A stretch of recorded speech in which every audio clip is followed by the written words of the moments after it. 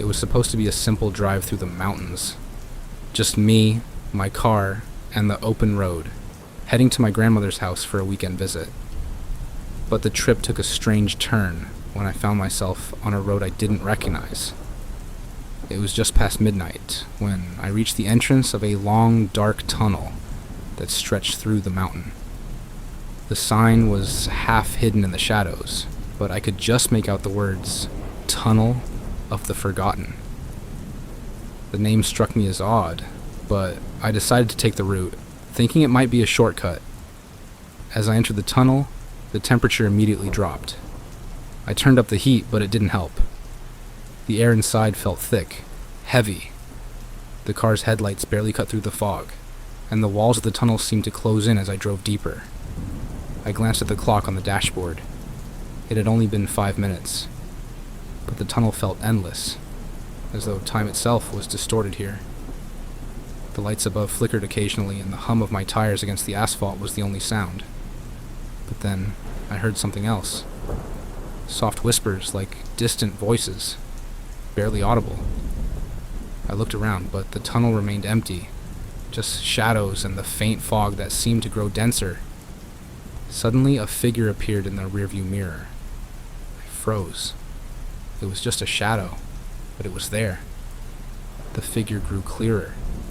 A dark silhouette of a person standing just behind my car. My pulse quickened. I wasn't sure what to do. Should I stop? Should I speed up? I glanced in the rearview mirror again, but the figure had vanished. I shook my head, trying to brush off the growing sense of unease. It was just my imagination, I thought. Still, the feeling of being watched wouldn't go away. The fog seemed to be getting thicker, the air growing colder. The road ahead appeared to stretch endlessly. I checked the clock again. Still 5 minutes had passed. It didn't make sense. There was no end in sight. The car lurched forward unexpectedly. I slammed on the brakes, but it didn't stop. It felt as though I was being pulled further into the tunnel against my will. I tried to steer, but the wheel was unresponsive. My heart raced, and I glanced in the mirror again. The figure was back, now standing just behind my car, but closer than before. Panic surged through me. I had to get out of there. I floored the accelerator, hoping to break free of whatever was chasing me. The car sped forward, but it felt like the tunnel was getting longer, the walls closing in. My headlights flickered and went out, plunging me into darkness. In that moment of complete blackness, I heard it, loud tapping on the car's window. It was slow at first, but then it grew faster, more frantic. My breath caught in my throat. I turned to look, but the figure was gone. Still, the tapping continued. It was coming from all sides now, like 1,000 fingers drumming against the glass. I slammed my foot on the brake, stopping the car in the middle of the dark tunnel. The tapping didn't stop, though. It was everywhere. My heart raced as I turned on the car's interior light, but I saw nothing. The tapping ceased, replaced by a soft, low whisper. "Turn around," the voice said, its tone hollow, distant. I didn't know what to do.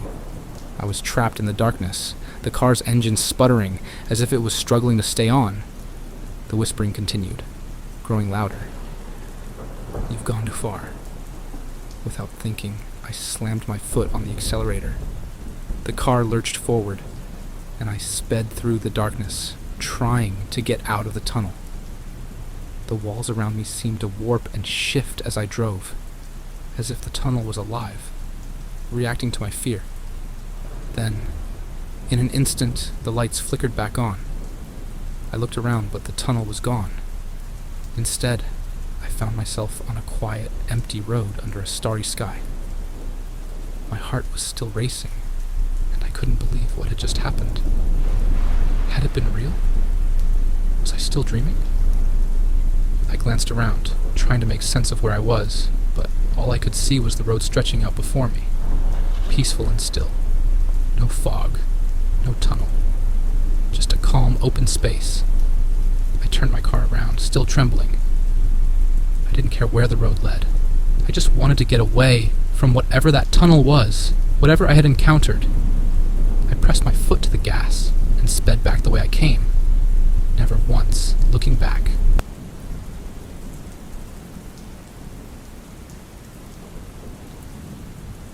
It started innocently enough, a late-night drive home after a visit to a friend's house. I had taken the same route dozens of times, a quiet back road that led me out of the city and into the rural stretch of land where my house was located. The air had turned cold, and the headlights of my car illuminated the winding road ahead, casting long shadows through the trees. As usual, the road was eerily quiet. It was the kind of night where everything seemed still, too still. The only sound was the hum of my car's engine and the occasional rustle of branches in the wind. My tires ate up the miles, and I found myself getting lost in thought. It was a peaceful, monotonous drive, the kind that let your mind wander. But then, something changed. I noticed a turn that I didn't remember. It was a small road, barely visible between two trees. It wasn't on my usual route, and it didn't look like a road I had ever seen before. The urge to explore pulled me in, and I slowed down, looking for a sign. But there was nothing. Just the road, winding its way deeper into the darkness. I turned the wheel and pulled onto the new road. The car's headlights barely cut through the fog that had started to settle around me.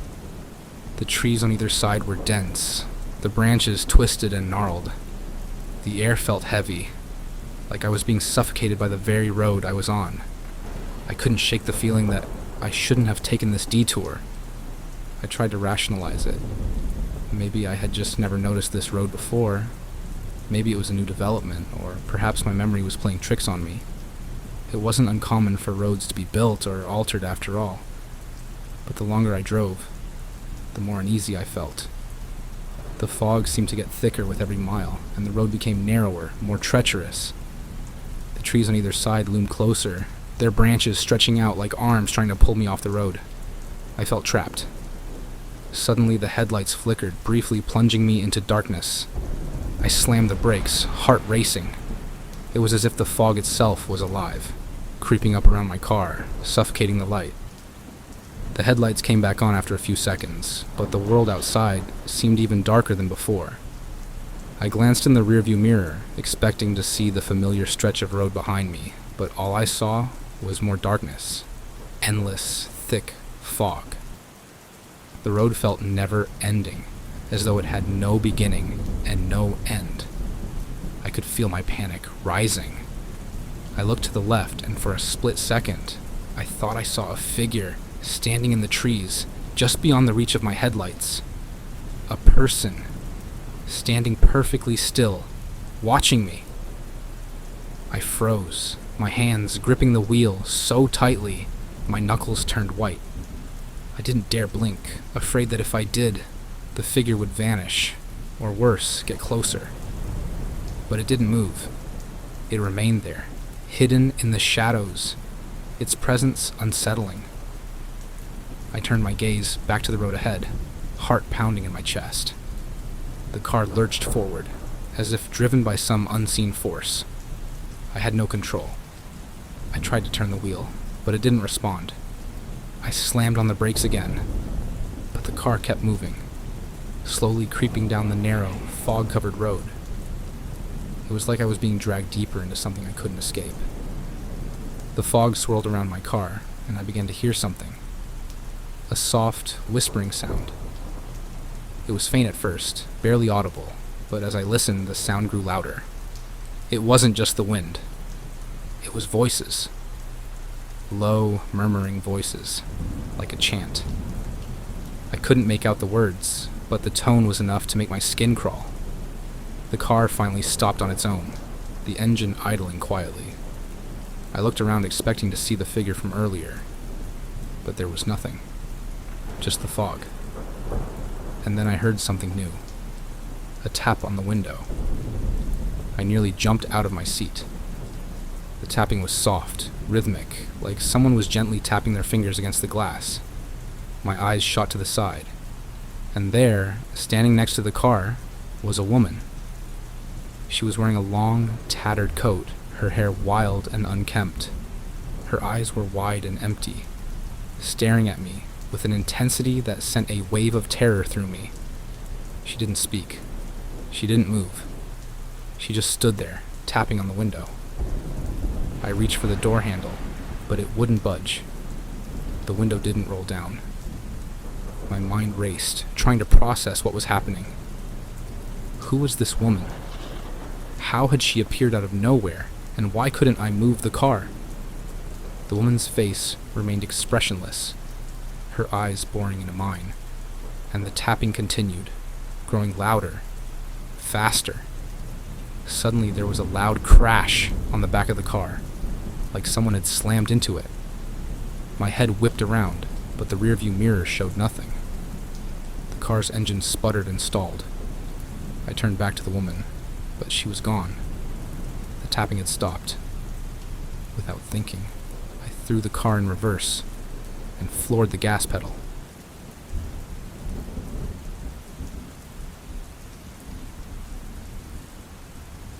I had been driving for hours, my eyelids growing heavier with every mile. It was one of those late-night shifts, where the streets are empty and the world feels like it's asleep, but you're wide awake and alone on the road. I was making my way through a quiet stretch of highway outside of town. The only sounds in the car were the hum of the engine and the occasional rattle of loose change in my cup holder. I was looking forward to getting home, but there was still an hour or so left before I reached the end of my route. Then, as I rounded a bend, I saw her. A woman standing at the side of the road. She was dressed in a long, dark coat, her hair blowing wildly in the wind, despite the lack of any noticeable breeze. She was holding a small duffel bag, and her eyes were locked on my headlights as I drove closer. It was almost 2 a.m., and I hadn't seen another car in over half an hour. This woman was an odd sight on such a lonely stretch of road. I slowed down, feeling an odd sense of hesitation. Maybe she was in trouble, or maybe she was just someone trying to get to the next town. I wasn't sure, but something felt off. As I passed, she raised her hand, signaling me to stop. Against my better judgment, I pulled over. My heart raced as I looked at her through the passenger side mirror. She was still standing there, her eyes staring straight ahead, her posture rigid. Her face was hidden in the shadow of her long hair.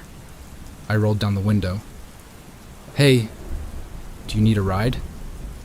She didn't answer right away.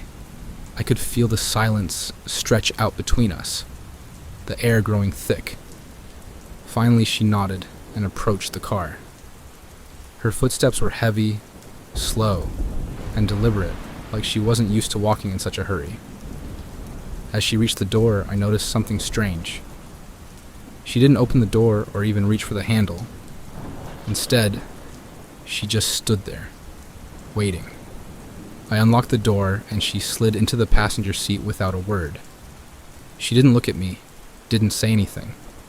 She simply placed her bag on the floor and stared out the windshield, her hands folded neatly in her lap. After a few moments of uncomfortable silence, I tried to make small talk. "Where are you headed?" She didn't respond. I glanced at her, but she didn't even acknowledge my question. It was like she hadn't heard me at all. My heart skipped a beat, and a sense of unease crept over me. I pushed the thought aside. She was just tired, probably. Everyone has their quiet moments, but as the miles passed and the silence remained, I couldn't shake the feeling that something wasn't right. A few minutes into the ride, I tried again. "Are you okay?" Still, no response. She didn't even move. She just kept staring straight ahead, like a mannequin. I felt a cold sweat starting to form on the back of my neck. Then, in the midst of the eerie silence, the car's radio came to life. The static crackled, and a distorted voice came through. It sounded like a faint whisper at first, then clearer. "Get out of the car," the voice said. I froze. I didn't know what to make of it. Was it some kind of prank? Maybe the radio was malfunctioning. But there was something about the voice, something that made the hairs on my arm stand up. I glanced at the woman beside me. She still hadn't moved, her face hidden by her hair. Her silence was suffocating. The only noise now was the radio's whisper, repeating over and over. "Get out of the car. Get out of the car."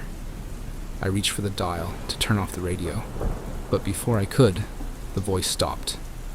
There was an eerie silence for a few seconds before it came back, but this time, it wasn't a whisper. It was a scream. "Get out of the car!" I slammed on the brakes, my heart racing. The car screeched to a halt. The woman beside me didn't flinch. I turned to her. "What's going on? Who are you?" But she didn't answer. She just sat there, unmoving. I opened the door and stepped out, my legs shaky. I needed a moment to gather myself, to breathe. I looked at the woman one more time, but she was no longer sitting in the passenger seat. The door was wide open, and the seat was empty. I quickly got back in the car, my hands trembling as I slammed the door shut.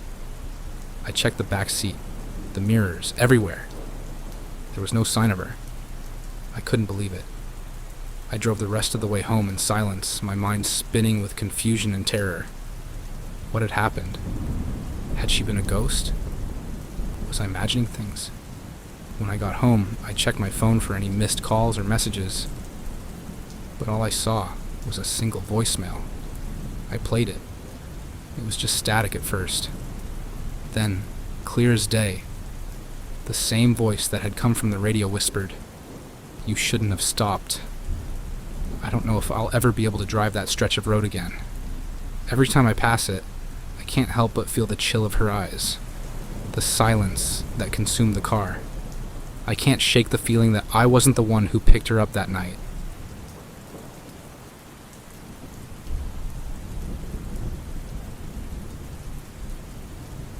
I had never been one to believe in ghost stories or the supernatural. I always chalked up strange occurrences to coincidence or overactive imaginations.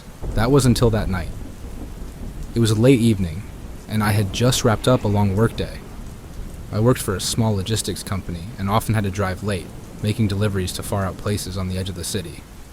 I didn't mind the quiet, though, and the solitude of the long drives gave me time to clear my head. That evening, the road I had to take for a delivery was one I had driven countless times. It was a remote stretch of highway that cut through the outskirts of town, winding through thick woods before reaching a small residential area. The route had always been uneventful, and tonight I expected the same. I was wrong. I didn't notice the strange thing at first. It was a curve in the road, nothing particularly unusual about it, but something felt off. As I rounded the bend, the headlights of my car illuminated a figure standing by the side of the road. A woman. I slammed on the brakes, my heart pounding in my chest. I hadn't seen her there before. She was standing perfectly still, her back turned to me. She was wearing a tattered white dress, her long hair flowing wildly around her face, which was obscured by shadows. The first thought that crossed my mind was that she was in trouble. I rolled down my window, my eyes scanning the road for any signs of other vehicles. It was completely deserted. "Hey, are you okay?" I called out, but she didn't move. I hesitated for a moment, wondering whether I should get out of the car, but something about the situation unsettled me. Her stillness was unnatural, almost eerie. I thought about calling the police, but I wasn't sure if there was an emergency to report. I took one more look at her, ready to drive off, but then she turned.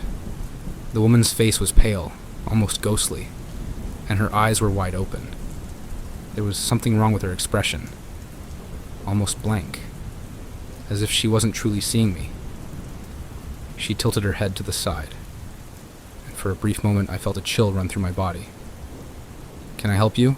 I asked again, my voice shaky this time. She didn't speak. Instead, she slowly started walking toward the car, her bare feet dragging along the gravel road. I should have driven away immediately, but something kept me rooted to the spot. I don't know what it was, perhaps pity or maybe a sense of duty, but I couldn't make myself leave her there. When she reached the window, she stopped and looked at me for a long time. Her lips parted as if she were about to speak, but no sound came out. For a second, it felt like time had frozen. The silence between us grew unbearable, and my grip on the steering wheel tightened. Then, without warning, she leaned closer to the car, her face just inches from mine. Her breath was cold, and I could see her eyes now. There was no life in them. They were empty, black holes, swallowing up everything in their path. A shiver ran down my spine. "Get out of the car!" Her voice was barely a whisper, but it was clear. I recoiled instinctively. I didn't want to hear her, didn't want to engage with whatever this was. My foot slammed down on the gas pedal, and I sped off, my heart racing in my chest. I didn't look back. I thought I was safe, that I had escaped whatever strange encounter that had been. But the road stretched on, and I could feel the weight of her presence haunting me. Something was following me, something I couldn't explain. The trees seemed to grow taller around me as I drove, the shadows deepening, and the headlights flickered in and out. My car's engine sputtered for a second, and then it started to lose power. I pulled over to the side of the road, my hands trembling as I tried to restart the engine, but it wouldn't start. I glanced around, my eyes scanning the forest. There was no one in sight, no signs of life anywhere. I grabbed my phone to call for help, but there was no signal. The moment I looked up from my screen, I saw something moving in the darkness. It was the woman. She was standing at the edge of the road, just beyond the reach of my headlights. Her head tilted again, and her dark, lifeless eyes locked onto mine. I couldn't move. I was paralyzed with fear. Without warning, she started walking toward me, her steps slow and deliberate. I could hear the crunch of gravel under her feet as she drew closer. The air around me grew cold, and I could see my breath fogging up in the car. I tried to open the door to run, but the handle wouldn't budge. My panic was growing, my breath quickening as I felt the temperature drop even further. She was almost there.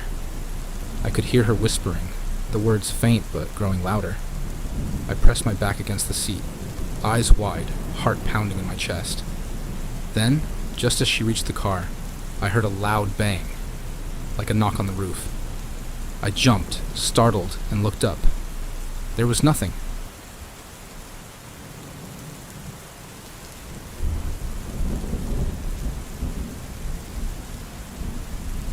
It was a quiet evening when I took the late shift at the taxi company. The kind of night when the world feels like it's holding its breath, waiting for something to happen. I'd been driving for over 6 hours already, with only a few passengers. Most of them were just regular folks, drunk or tired, going home after a long day.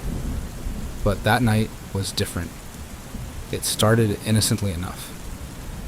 I picked up a woman from a downtown bar, her face flushed, her eyes tired but kind. She told me her address was in the suburbs, a little outside the city limits. It wasn't a long drive, but she seemed lost in thought the entire ride, staring out the window without saying much. About 10 minutes into the ride, something strange happened. I was approaching an intersection when, out of the corner of my eye, I saw her glance at the rearview mirror. She was staring at something behind me. I glanced at her through the mirror. "Everything okay?" She didn't respond. I looked back at the road, but the hairs on my neck stood up. There was a strange tension in the air, like something was off. I wanted to ask again, but she suddenly spoke. "You've been driving for a while, haven't you?" she said softly, almost to herself. I nodded, feeling the tension rise in my chest. "Yeah, a few hours. You don't mind the drive, do you?" She shook her head. "No, it's fine. I feel like I've been in this car before." I frowned, glancing at her in the mirror again. "You've taken a taxi before?" Her eyes were distant now, unfocused. "I've been in this exact car. This exact seat." A chill ran down my spine. "Are you sure?" I asked, trying to sound casual, but my voice cracked slightly. "I don't think we've ever met." She didn't respond, just stared out the window again, her face pale. The air in the car felt thicker now, and the silence was uncomfortable. I shook it off, trying to focus on the road, but I couldn't stop glancing at her. She seemed to sense my unease. "Don't worry, it's nothing." But as I turned onto a narrow road that led out of the city, the odd feeling didn't go away. The streetlights flickered, casting eerie shadows on the road. The temperature in the car seemed to drop, and I could see my breath fogging up the windshield, even though the heater was on. I glanced at the woman again. Her eyes were wide now, not with fear, but with something else. Recognition. I turned to her, voice trembling. "What's wrong? You're acting strange." She didn't answer. Instead, she pointed toward the rearview mirror. "There's someone back there." I froze. "Where?" I asked, my pulse quickening. She didn't respond. She just stared at the mirror, her eyes wide with terror. I looked in the rearview mirror. The back seat was empty. The street behind us was deserted, bathed in the yellow glow of the streetlights. I turned back to her, confused. There's no one there. But she wasn't looking at me. Her gaze was fixed on the mirror, her breathing shallow. The person in the back seat, he's been following us. Her voice was shaking. I slammed on the brakes, the car screeching to a halt on the quiet road. "What are you talking about?" She turned to me with wide, fearful eyes. "You've been driving all night, but he's been in the back the entire time. He won't stop following us. He's..." Before she could finish, the car's interior light flickered. I reached for the switch to turn it off, but before I could, I caught something in the mirror. A dark figure. I jerked around, heart pounding. There was nothing. No one. I stared at the empty back seat, my mind racing. I must have been imagining things. I had to be. But then, the woman's voice trembled again. "He's gone." I looked at her, confused. "What do you mean, gone?" She swallowed hard, staring at the back seat again, her hands clutching her purse. "He was here. Right there. Behind you." I glanced at the rearview mirror again, and my stomach twisted. The figure was still there, but this time, it was clearer. A man, hunched over, his features obscured by shadow. His eyes glowed a faint, eerie blue. I whipped around, but once again, there was nothing. "Please," she whispered, her voice barely audible. "Take me home. I don't want to see him anymore." I didn't hesitate. I slammed my foot on the gas pedal and raced down the road, my heart pounding in my chest. I didn't look back. When I finally reached her house, I stopped the car in front of her driveway. She didn't say a word as she quickly gathered her things and left the car, her movements stiff and jerky. I watched her walk up to the front door, but before she stepped inside, she turned back. "Thank you," she whispered, her face pale, eyes wide with fear. "Just be careful. He's still watching." I didn't say anything. I just watched her disappear inside. I drove off quickly, my mind still racing. I tried to shake it off, but the memory of the figure in the rearview mirror haunted me.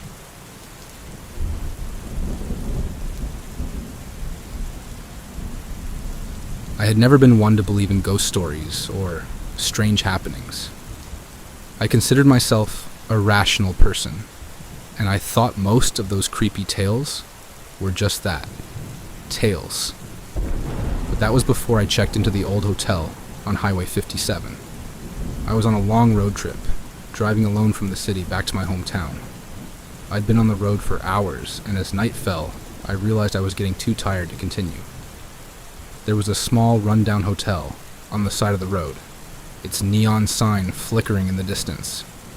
It wasn't much, just a single story, probably an outdated establishment, but it looked like the only place for miles. I pulled into the parking lot and entered the lobby, the bell above the door letting out a faint ring as I walked in. The air smelled stale, like old carpet and something else, something faintly metallic. The receptionist, an older woman with thin gray hair and sharp features, looked up from her desk. "You need a room?" she asked without much enthusiasm. I nodded. "Just for the night." She handed me a key, an old brass one, and gave me a small, uninviting smile. "Room 16. It's down the hall on your left." I thanked her, took the key, and made my way to the room. Room 16 was exactly what I expected. Dim, cramped, and worn. The bed was covered with a faded floral comforter, and the carpet felt damp underfoot. The walls were thin, and I could hear the faint hum of a heater in the corner, struggling to warm the room. I set my bags down and immediately went to the bathroom to freshen up. The mirror was foggy, as if it hadn't been cleaned in ages, and the water pressure from the shower was weak. I shrugged it off, though. It was just for one night. But then, as I was drying off, I heard it. A faint knocking. It wasn't the kind of knocking you hear when someone's at the door. It was coming from the wall. Soft at first, but then more insistent. I froze, listening. Knock, knock, knock. I stared at the wall, my mind racing with possibilities. Could it be the pipes? The building was old. But the knocking had a rhythm to it, like someone was tapping on the wall with purpose. I convinced myself it was nothing. Maybe the wind, or just the old structure creaking. But then it came again. 3 knocks. I walked over to the wall, my heart beginning to race. I pressed my ear to the cool surface, listening intently. The knocking stopped. I waited for a moment, but nothing happened. I pulled away from the wall, breathing a sigh of relief. But as I turned to walk back toward the bed, I saw something that made my blood run cold. In the mirror, there was a figure. It was a faint outline, but there was no mistaking the shape of a person standing behind me. I whipped around, my pulse hammering in my chest. The room was empty. I looked back at the mirror. The figure was still there, but now it was clearer. A woman, her face pale and expressionless, standing just behind me. Her eyes were wide open, but they were dark, hollow, like there was nothing inside. I stumbled backward, my breath caught in my throat. I reached for the door handle, my hands trembling, but the door wouldn't budge. I tried again, panicking. The door was stuck. The figure in the mirror moved. It was slow, deliberate, as if she were stepping toward me. My heart raced as I backed away, the mirror now showing the reflection of her moving closer. Suddenly, I heard another knock. This time, it came from inside the room, but from behind the mirror. I spun around, eyes frantically searching for a way out. The knocking intensified, now accompanied by a faint whisper. I couldn't make out the words, but the voice sounded desperate. I finally managed to force the door open, the sudden rush of air feeling like a lifeline. I ran down the hall, past the receptionist, and out into the night. My car was parked just outside, and without thinking, I threw open the door and sped off, my hands shaking on the steering wheel. As I drove, I couldn't shake the feeling that I was being followed. The headlights of my car cut through the darkness, but the road ahead felt never-ending, stretching on like an endless tunnel. The image of the woman in the mirror stayed with me. Her hollow eyes burned into my memory. I never went back to that hotel. In fact, I've never even driven down Highway 57 again. Sometimes, when I'm alone at night, I still hear the knocking. It's soft at first, but it gets louder, more desperate, like someone is trying to get in. And then, in the reflection of my rearview mirror, I see her, the woman from room 16, and she's still following me.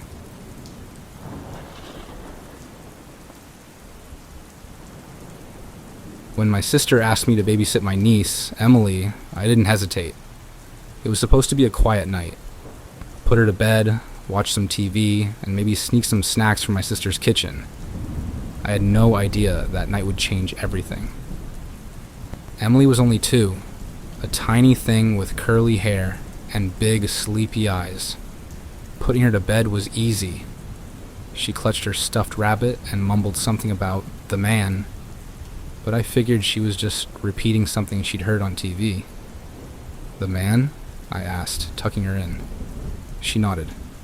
The man in my room. A chill crept up my spine. I forced a smile. There's no man in your room, sweetie. Emily yawned, rubbing her eyes. He says he likes you. I froze. Then she rolled over and fell asleep, like she hadn't just said the creepiest thing imaginable. I laughed it off. Kids say weird things all the time.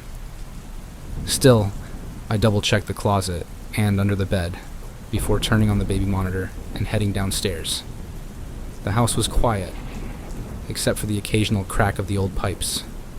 I curled up on the couch, flipping through the channels, but my attention kept drifting to the baby monitor. The screen showed Emily's crib, bathed in the soft glow of her nightlight. She was sleeping soundly, her little chest rising and falling. Then, the static started. A low hum, crackling softly through the speaker. At first, I thought it was just interference, but then, a whisper. At first, I couldn't make out the words, just a hushed, rasping murmur. I leaned in, gripping the monitor tighter. The whispering grew louder. A voice. A man's voice. She's so pretty. I nearly dropped the monitor. My heart pounded in my chest. I stared at the screen. Emily was still there. Still asleep. Alone. Then, the closet door opened. Not fast. Not sudden. Slowly. Deliberately. I shot to my feet, knocking over the bowl of popcorn in my lap. I sprinted up the stairs, taking them 2 at a time. By the time I reached Emily's room, my hands were shaking. The door was still closed. I hesitated, pressing my ear against the wood. Silence. No whispers. No movement. I forced myself to turn the knob. The room was exactly the same as I'd left it. Emily was curled up in her crib, still sleeping soundly. The closet door wide open. I stared at it, my stomach twisting into knots. The baby monitor in my hand crackled again. A deep breath, right next to the microphone. Don't turn around. The voice was right behind me. Every hair on my body stood on end. I couldn't move, couldn't breathe. Then, Emily stirred. A soft whimper. And suddenly, I could move again. I lunged forward, scooping her up in my arms. My fingers trembled as I clutched her close, backing away toward the door. I didn't dare look behind me. I shut the closet door, hard. Then I ran. I didn't stop until I was downstairs, the baby monitor still clutched in my sweaty palm. The static was gone. No whispering, no breathing. Just silence. Emily stayed asleep in my arms, completely unaware. I didn't go back upstairs for the rest of the night. When my sister came home, I didn't tell her what happened. I didn't know how to explain it. But the next day, she called me.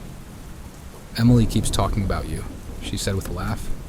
"She said you met her friend." My mouth went dry. "What friend?" "The man in her room." I hung up without another word. I haven't babysat since.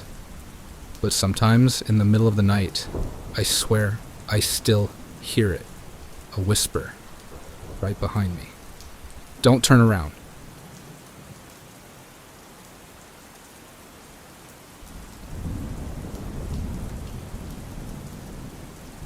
I don't pick up hitchhikers.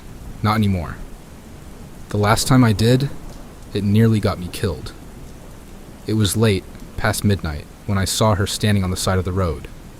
A girl, maybe early 20s, soaking wet from the rain, her dark hair clinging to her pale face. She wasn't holding a sign, wasn't even sticking out her thumb, just standing there, staring at the ground. I should have kept driving, but something about her made me hesitate. Maybe it was the way she was shivering, or the fact that we were in the middle of nowhere. There wasn't a town for miles. I pulled over. She didn't react at first, just stood there, like she hadn't even noticed my car. I rolled down the window. "Hey, you okay?" She finally looked up. Her eyes were too dark, almost black in the dim glow of my headlights. "I need to get home," she said softly. Something about her voice unsettled me. It was too flat, too empty. But I ignored the feeling and unlocked the door. She slid into the passenger seat without a word, her wet clothes soaking into the fabric. "Where are you headed?" I asked. She hesitated. Then, "Just drive." I should have told her to get out right then, but I didn't. I pulled back onto the road, the silence stretching between us. The only sound was the soft hum of the engine and the rhythmic slap of the windshield wipers. After a few minutes, I tried to make conversation. "What were you doing out here?" No answer. I glanced at her. She was staring out the window, her breath fogging up the glass. "You got a name?" I tried again. Still nothing. That uneasy feeling crawled up my spine again. I cleared my throat. "I can drop you at a gas station or something. Maybe call someone?" "I just need to get home," she murmured. Her voice was quieter this time. "Wrong." I tightened my grip on the wheel. The rain was coming down harder now, the road slick and barely visible in the dim headlights. I kept driving, my unease growing with every passing mile. Then, out of the corner of my eye, I saw her smiling. Not at me, at the window, at something outside. I followed her gaze, my stomach twisting. There was nothing but darkness out there. Nothing but trees and rain and empty road. "What are you looking at?" I asked. She didn't answer. I pushed down the fear rising in my throat. "Look, I need a real address. I can't just..." "You missed the turn." Her voice was sharp this time, cutting through the static of the radio. I frowned. "What turn?" She turned her head slowly to face me, her wet hair sticking to her cheeks. "Turn here." I looked at the road ahead. There was no turn, just an endless stretch of highway disappearing into the rain. My pulse thudded in my ears. "There's no..." The car stalled. The engine cut off instantly. No sputtering, no warning. Just dead silence. The headlights flickered. Then everything went dark. Panic surged through me. I twisted the key in the ignition. Nothing. The girl exhaled softly. "She doesn't like it when you don't listen." A shiver ran down my spine. "Who doesn't?" She didn't answer. I reached for my phone. No signal. Just a blank screen and a hollow, sinking feeling in my gut. "Okay," I said, forcing my voice to stay steady. "I need you to tell me where we're going. Otherwise, I'm gonna..." I turned to look at her. She was gone. The seat was empty. The door hadn't opened. There hadn't been a sound. She was just... gone. My chest tightened. I grabbed my flashlight from the glove box, my fingers fumbling against the cold metal. The rain pounded against the windshield, distorting the outside world. Then, a soft tap on the window. I jerked my head toward the sound. She was standing outside the car, smiling. My breath caught in my throat. Her eyes were wrong now, completely black, empty pits. Her mouth stretched into a grin that was too wide, too sharp. She lifted one pale hand and pressed it against the glass. The rain stopped. Not slowed, not faded. Just stopped. Like someone had hit a switch. The road, the trees, the entire world outside the car was motionless. Then she spoke, her voice low and thick with something that sounded hungry. "You should have just kept driving." A deep, suffocating cold wrapped around my chest. The car suddenly lurched forward. The engine was still dead, but something was pushing it toward the ditch, toward the woods. I don't remember screaming, but I must have, because the next thing I knew, I was outside, running down the road, my breath coming in ragged gasps. My car was gone, vanished, like it had never been there. I don't remember how I made it home. I just remember waking up in my bed. My phone was beside me, battery full, like I had never even left. But I know I did. And every night since, I see her in my dreams, standing at the side of the road, waiting. And I know, one night I won't wake up, because she's still waiting for me. And this time, I won't be able to run.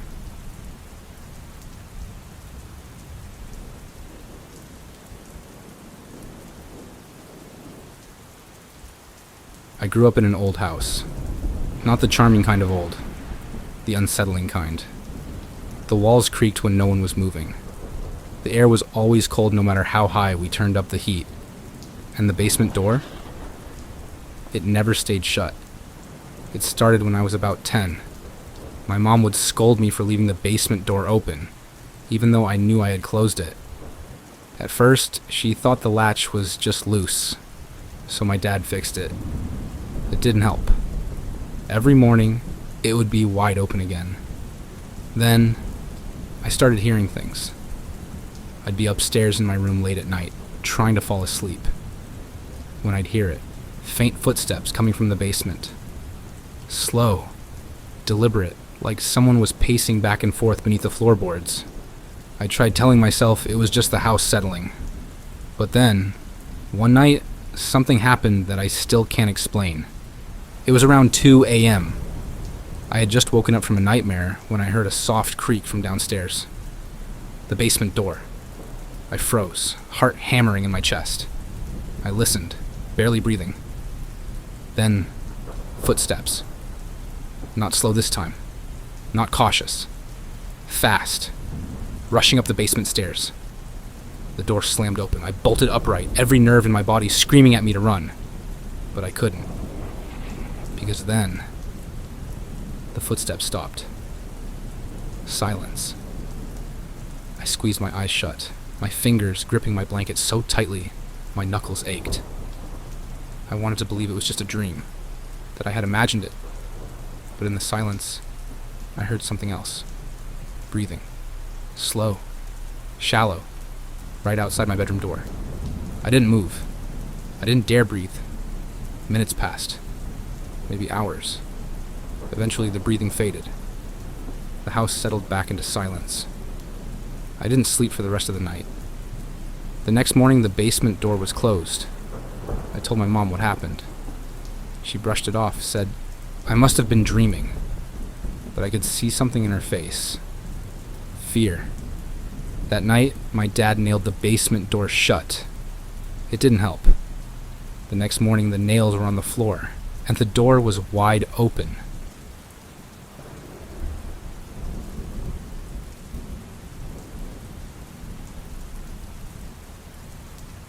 I used to work as a delivery driver for a medical supply company. It wasn't a bad job, just long hours and a lot of driving. Most of my routes were during the day, but every now and then, I'd have to make late-night runs to rural hospitals. That's how I ended up on Route 22 at nearly 2 a.m., driving alone down a dark, empty stretch of highway. I had been on the road for almost 5 hours. My eyes burned from staring at the asphalt, and my only company was the static-filled mumble of late-night radio. The GPS told me I had another 40 minutes to go, and I was already looking forward to crawling into bed when I got home. That's when I saw her, a woman standing on the side of the road, just past the bend ahead. She was wearing a thin white dress, the kind you'd expect to see at a summer wedding, not on a freezing March night in the middle of nowhere. Her long dark hair hung loose over her shoulders, and even from a distance I could tell something was wrong. She wasn't waving for help. She wasn't even moving. She was just staring. My grip on the wheel tightened. I should have stopped. I should have at least slowed down to check if she needed help. But something in my gut screamed at me to keep going. So I did. As I passed, I turned my head slightly to get a better look. Her eyes were locked onto mine. Wide. Too wide. I barely had time to process it before I was already past her. I exhaled sharply, shaking my head. Maybe she was in trouble. Maybe I should have. I glanced at my rearview mirror. She was still there. Still standing in the same spot. Still facing the road. I stared at the mirror for a second too long. When I looked back at the road, my heart nearly stopped. I had drifted toward the shoulder. I yanked the wheel and corrected myself, my pulse hammering in my ears. That's when I looked up again, and she was gone. I slammed the brakes, my truck skidding slightly before coming to a stop. I stared into the mirror, half expecting her to suddenly appear right behind me. The road was empty. Had I imagined her? I swallowed hard and forced myself to drive. I couldn't shake the feeling that I had made a mistake, that maybe I had left someone out there, alone in the freezing dark. But then, a shadow moved in the back seat. I only saw it for a fraction of a second in the mirror, just a blur of darkness shifting in the corner of my vision. My entire body went cold. I didn't want to look. Every instinct in my body told me to keep my eyes on the road. But slowly, heart pounding, I tilted my head. There was nothing there. The back seat was empty. I let out a shaky breath, forcing myself to relax. Maybe exhaustion was messing with my head. Maybe I needed to pull over and take a break. Then, in the mirror, she was sitting in the back seat. My lungs seized. I couldn't breathe. I couldn't move. She was right behind me, her head tilted slightly, her wide, staring eyes locked onto mine, her mouth hanging open. And then, she smiled. I nearly lost control of the truck. I swerved violently, tires screeching against the pavement. The moment I looked away from the mirror, I could feel it, cold breath on the back of my neck. I didn't think. I just acted. I jerked the wheel and pulled onto the side of the road, barely stopping before I threw the door open and ran. The night air burned my lungs. My hands were shaking so badly, I could barely pull my phone from my pocket. I turned on the flashlight and spun around. My truck was still running, idling quietly on the shoulder. The back seat was empty. I stood there panting, my breath coming out in visible puffs. My heart slammed against my ribs. But I wasn't imagining it. I know what I saw, and I know that for a few seconds, I was not alone in that truck. I didn't get back inside right away. I stood there for at least 15 minutes scanning the road, the trees, the mirror. Nothing.